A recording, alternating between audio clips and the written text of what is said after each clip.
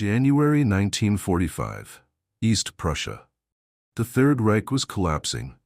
The Thousand-Year Empire was burning down.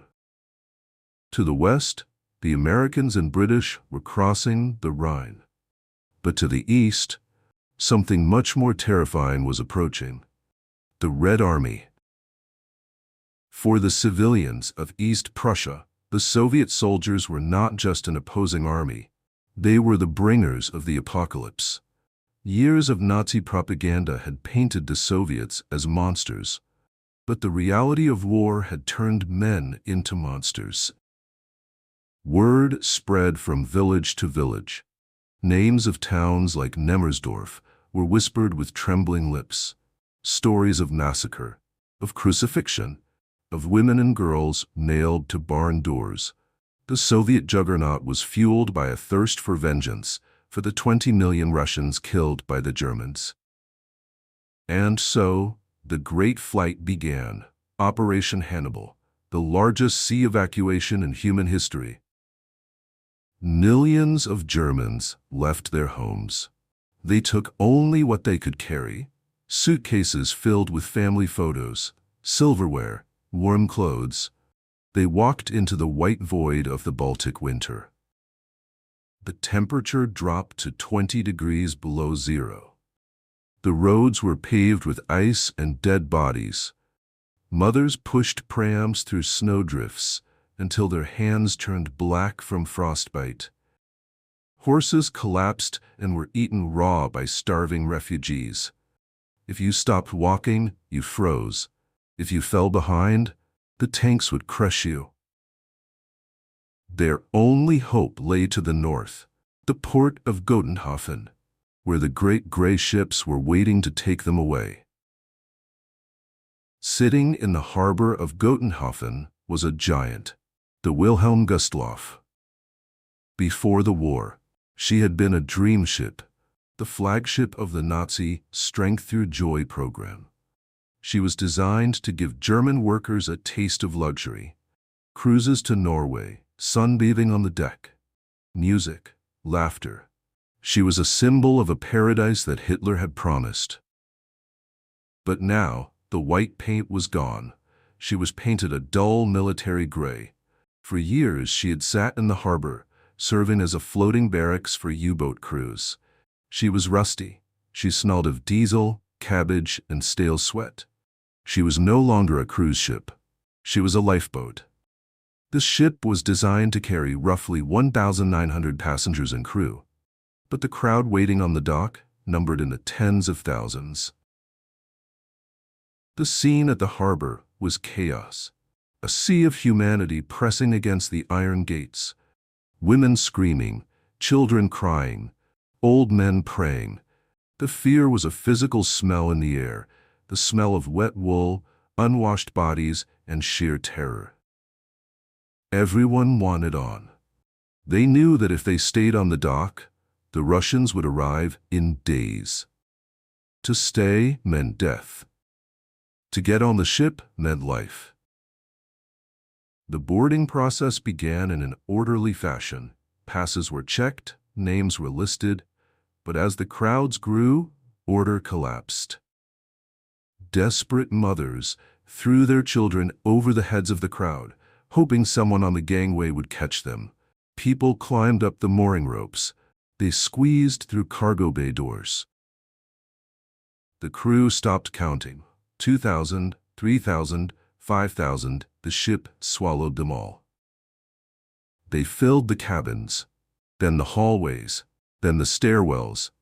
They drained the water out of the swimming pool and filled the empty tile basin with hundreds of women and auxiliary naval nurses. The glass-enclosed promenade decks, once used for viewing the sunset, were packed tight with refugees. They lay on the floor, shoulder to shoulder. More than 10,000 people were crammed into a ship built for 2,000. It was a floating city of refugees. Among them were nearly 1,000 U-boat submariners. They were passengers too, being transported to Kiel to man new submarines. This detail is important because technically, Their presence made the Gustloff a legitimate military target. But the 10,000 civilians on board did not know the rules of war. They only knew they were safe. On the bridge of the Gustloff, there was a different kind of chaos. The ship had 4 captains. Friedrich Petersen was the civilian captain. He was 74 years old. He had not been to sea in years. He was tired. He was cautious. But alongside him were 3 military commanders from the U-boat division. They argued about the route. Should they hug the coast in shallow water to avoid submarines? Or should they go into deep water to avoid mines? They argued about speed. They argued about escorts. In the end, they had almost no protection. Only one small torpedo boat, the Lova, accompanied them. The great Gustloff was essentially alone. And then, Captain Petersen made a decision that would seal their fate. He received a radio message warning of a German minesweeper convoy approaching them in the dark. He was afraid of a collision. So, against all military logic, he ordered the navigation lights to be turned on. Think about that. A massive ship, full of 10,000 souls, sailing through submarine-infested waters, and suddenly, it lit up like a Christmas tree in the middle of the Black Ocean. January 30th, 1945. The ship pulled away from the dock. Thousands of people were left behind on the pier, weeping, watching their salvation sail away. Those on board felt a wave of relief. They were warm. They had soup. They were moving west, away from the guns, away from the Red Army. Down in the cabins, mothers sang lullabies to their babies. In the empty swimming pool, the naval auxiliaries laughed and smoked cigarettes. They believed the worst was over. But out in the darkness of the Baltic Sea, something was watching. Something low in the water. A Soviet submarine, the S-13, commanded by a man who was looking for a target. Any target. The Gustloff steamed ahead, its lights cutting through the fog, a beacon of hope for those inside, and a beacon of death for the hunter waiting in the deep. The Baltic Sea does not forgive. In January, the water is a black mirror. It hides everything. It hides the cold. It hides the mines. And on the night of January 30th, 1945, it hid a wolf. Prowling deep beneath the waves was the Soviet submarine S-13. It was a Stalinets-class boat. A steel tube filled with the smell of diesel, unwashed bodies, and rotting cabbage. The air inside was thick and humid. Condensation dripped from the cold steel walls like sweat. The commander of this vessel was Captain Third Rank Alexander Marinesko. He was 32 years old. In the Soviet Navy, he was a legend, but for all the wrong reasons. Marinesko was a rogue, a drinker, a man who disobeyed orders.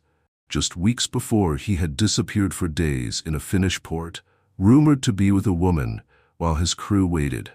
The NKVD, the secret police, were watching him. He was facing a court-martial. He was facing the Gulag, or a firing squad. Marinesko knew he was a dead man walking, unless he could do something miraculous, unless he could bring back a prize so big that the high command would forgive his sins. He needed a victory. He needed blood. On this night, he was hunting. Not for strategy, but for survival. He sat in the cramped control room, scanning the charts. He did not know that fate was about to deliver him the biggest prize in maritime history. Above the waves, the Wilhelm Gustloff was steaming west. Inside the ship, the atmosphere was a strange mix of misery and relief. 10,000 people were packed into every square inch of space.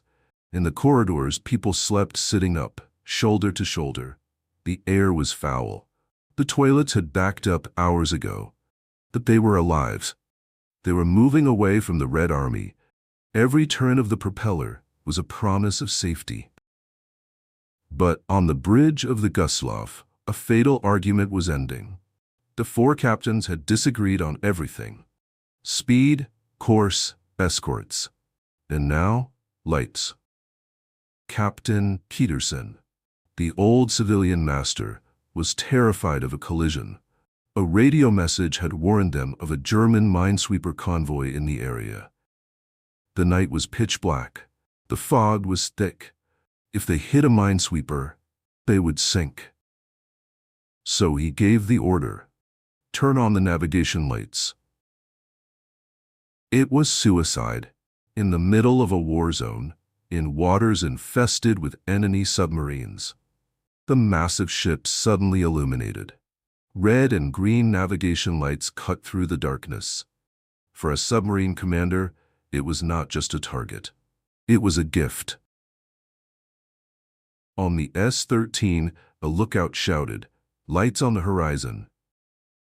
Marinesco climbed into the conning tower. He raised his binoculars. He could not believe his eyes. He expected a small transport or a destroyer. But this was a giant, a floating city, lit up like a Christmas tree.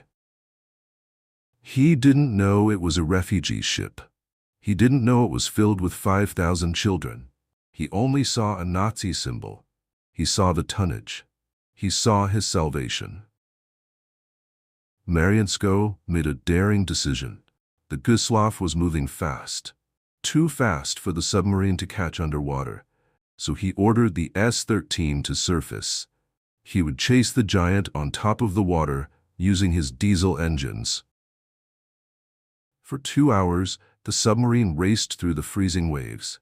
It moved into position between the Gustloff and the dark coastline. This was the dark side. The side where the German lookouts were least likely to look. They expected danger from the open sea, not from the shallow water near the shore. Marinesco closed the distance. 700 meters. He could see the decks of the ship.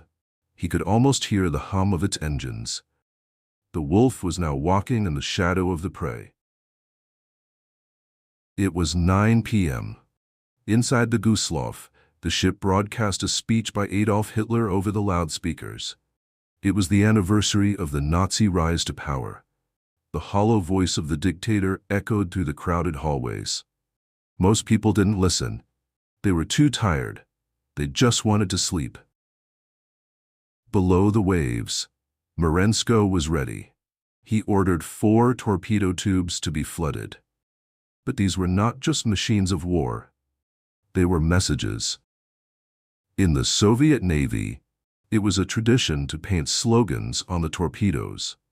The sailors had painted them by hand in the damp torpedo room. Torpedo number 1, painted with the words, "For the motherland." Torpedo number 2, "For the Soviet people." Torpedo number 3, "For Leningrad." And torpedo number 4, "For Stalin." Marinesco stood in the control room. His hand hovered over the firing lever. He looked at his watch. He looked at his crew. "Fire tubes 1, 2, and 3, he commanded. Tube 4 jammed. The torpedo dedicated to Stalin refused to leave the tube.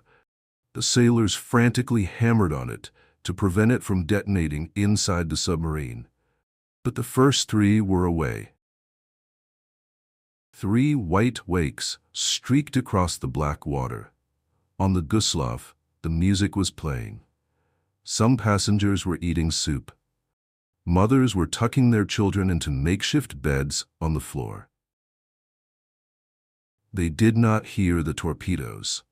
They did not see death coming. They only felt it. 9:16 p.m., the first torpedo struck the bow, right below the waterline where the off-duty crew was sleeping. The explosion shredded the steel hull like paper. Seconds later, the second torpedo struck amidships. It hit the drain swimming pool, the place where the naval auxiliary girls were sleeping. The blast was catastrophic. Tiles and glass turned into shrapnel. The ceiling collapsed. Hundreds of young women died in a fraction of a second. Then, the third torpedo, it struck the engine room. The lights on the ship flickered, and then, total darkness. The music stopped. The engine stopped. For a moment, there was silence, and then the screaming began. For a few seconds after the explosions, the Wilhelm Gustloff drifted in silence. The passengers held their breath.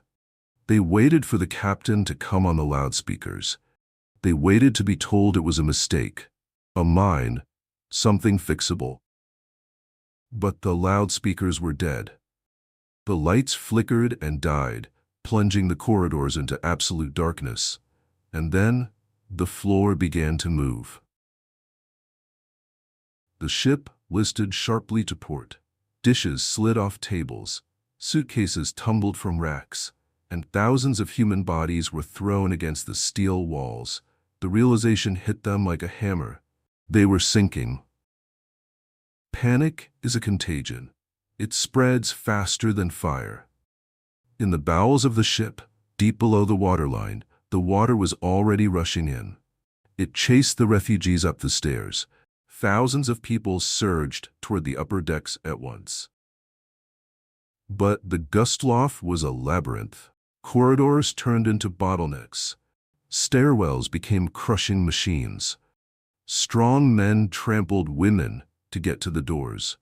Mothers were separated from their children in the crushing dark. The sound of the ship groaning was drowned out by the sound of 10,000 people screaming. On the promenade deck, the situation was a different kind of nightmare. This was the glass-enclosed deck, where thousands of refugees were sleeping on the floor. Before the war, this glass was designed to protect tourists from the wind while they looked at the view. Now, it became a cage.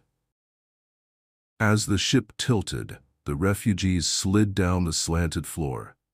They crashed against the reinforced glass windows, but the glass did not break. It held them in. They pounded on the windows with their fists, with suitcases, with their own heads. They could see the black water rising up to meet them on the other side of the glass. They were trapped in a sinking aquarium. Finally, the pressure became too great. The glass shattered. But it was not salvation. The freezing ocean poured in, sweeping hundreds of people out into the night. Up on the boat deck, the crew tried to launch the lifeboats, but it was minus 18 degrees Celsius. The ropes were frozen solid. The davits were encased in ice. Sailors beat the ice with axes, desperate to free the boats. But the ship was leaning too far. The boats on the starboard side hung uselessly over the deck. The boats on the port side swung too far out to reach. Of the 22 major lifeboats, only 9 were ever lowered. Those who jumped found a fate worse than drowning. They found the Baltic winter. The water temperature was just a few degrees above freezing. The air temperature was far below zero. The shock of the cold stopped the heart instantly for many. For those who survived the plunge, the clock started ticking. In these waters, a human being can survive for perhaps 10 minutes, 20 minutes if they are strong. Children, much less. The sea was covered in a thick layer of oil leaking from the ship's ruptured tanks. Thousands of heads bobbed in the black slime. They clung to wreckage. They clung to rafts. They clung to the frozen bodies of the dead. Searchlights from the escort boat Lova swept across the water. They illuminated a scene from hell. Thousands of life jackets. Inside them, people were freezing to death. Their screams turned into whimpers. And then, silence. One survivor remembered seeing a woman holding her baby high above the water. She was stiff, frozen solid, but her arms were still locked in a final act of love, trying to keep her child dry. Both of them were dead. 60 minutes. That is all it took. At 10:18 p.m., just 1 hour after the first torpedo hit, the Wilhelm Gustloff gave up the fight. The giant ship rolled completely onto its side. The funnels crashed into the sea with a hiss of steam. And then she slid beneath the waves, head first, taking thousands of trapped souls down with her into the crushing pressure of the deep. A massive underwater shockwave burst back to the surface. It flipped lifeboats, it killed swimmers, and then the sea was empty, just wreckage and the dead. The heavy cruiser, Admiral Hipper, arrived on the scene. It was a massive warship. It could have saved thousands, but its captain received a warning: submarine in the area. The Hipper could not risk being torpedoed. So with thousands of people screaming for help in the water below, the great ship turned its engines to full power and sailed away. It left them to die. Only the small torpedo boat Love stayed behind, pulling as many as it could from the oil-slicked water. The next morning, the sun rose over a calm, empty sea. There was nothing to mark the grave. No oil slick, no debris field. The current had swept it all away. The numbers are staggering. On the Titanic, 1,500 people died. On the Lusitania, 1,200. On the Wilhelm Gustloff, the estimates range from 9,000 to 10,500. It remains to this day the deadliest maritime disaster in the history of mankind. More deaths than 9/11 and Pearl Harbor combined. Yet for decades, few people spoke of it. In Germany, the survivors were told to be quiet. They had lost the war. They had no right to mourn. In the Soviet Union, Marinesco was not celebrated as a hero immediately. He was dishonorably discharged for alcoholism weeks later. The world wanted to forget. But the Baltic Sea remembers. The wreck still lies there, 44 meters down. It is a war grave. It is forbidden to dive there. Inside the rusted hull, the bones of 9,000 refugees still rest. Mothers, fathers, and 5,000 children, waiting for a rescue that never came.